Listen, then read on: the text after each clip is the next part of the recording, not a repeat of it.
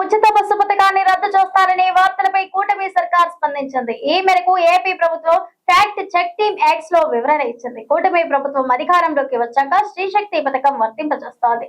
ఈ పథకం కింద రాష్ట్ర వ్యాప్తంగా మహిళలకు ఆర్టీసీ బస్సుల్లో ఉచిత ప్రయాణ సౌకర్యం కల్పిస్తోంది. ఇక ఇటీవల దివ్యాంగులకు కూడా ఫ్రీ జర్నీ అవకాశం అందిస్తోంది.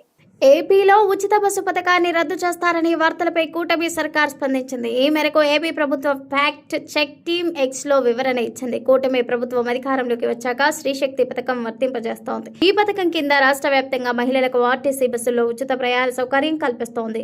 ఇక ఇటీవల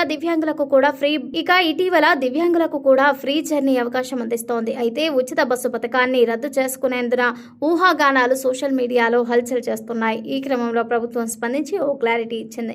ఆంధ్రప్రదేశ్ ప్రభుత్వం మహిళల ఉచిత బస్సు ప్రయాణ శ్రీశక్తి పథకాన్ని రద్దు చేస్తోందని, డీజిల్ బస్సుల స్థానంలో కొత్తగా తెస్తున్న ఈ బస్సుల వల్ల ఈ పథకం కనుమరుగవుతుందంటూ సోషల్ మీడియాలో జరుగుతున్న ప్రచారం పూర్తిగా తప్పు. ప్రభుత్వం స్త్రీశక్తి పథకాన్ని రద్దు చేయడం లేదు. గత 9 నెలల్లో మహిళలు 67 కోట్ల ఉచిత ప్రయాణాలు చేయగా దీనికి సంబంధించిన 2,350 కోట్ల సబ్సిడీని ప్రభుత్వమే భరించింది.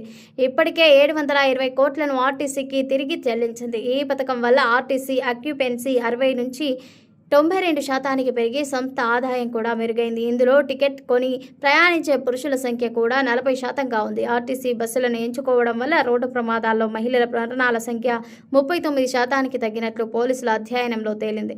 ప్రయాణికులకు మరిన్ని బస్సులు అందుబాటులోకి తేవడం కోసం కేంద్ర సహకారంతో 1,450 కొత్త ఈవీ బస్సులను రాష్ట్ర ప్రభుత్వం తెస్తోంది. కొత్త బస్సుల రాక ప్రయాణికుల మెరుగైన సౌకర్యాలు అందించడం కోసమే తీసుకొస్తున్నాం.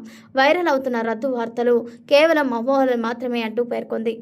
తమ ప్రభుత్వం అధికారంలోకి వస్తే ఏపీలో ఉచిత బస్సు పథకం అమలు చేస్తామని ఎన్నికలకు ముందు టీడీపీ హామీ ఇచ్చింది. ఈ విషయాన్ని తమ ఎన్నికల మేనిఫెస్టోలో కూడా పొందుపరిచింది. దీంతో అధికారంలోకి వచ్చిన కొద్ది నెలల్లోనే స్త్రీశక్తి పథకం ద్వారా ఉచిత బస్సు ప్రయాణం అందిస్తోంది. దీంతో లక్షలాది మంది మహిళలు తరచూ బస్సుల్లో ప్రయాణిస్తున్నారు. దీంతో రద్దు చేసే అవకాశమే లేదని ప్రభుత్వం చెబుతోంది.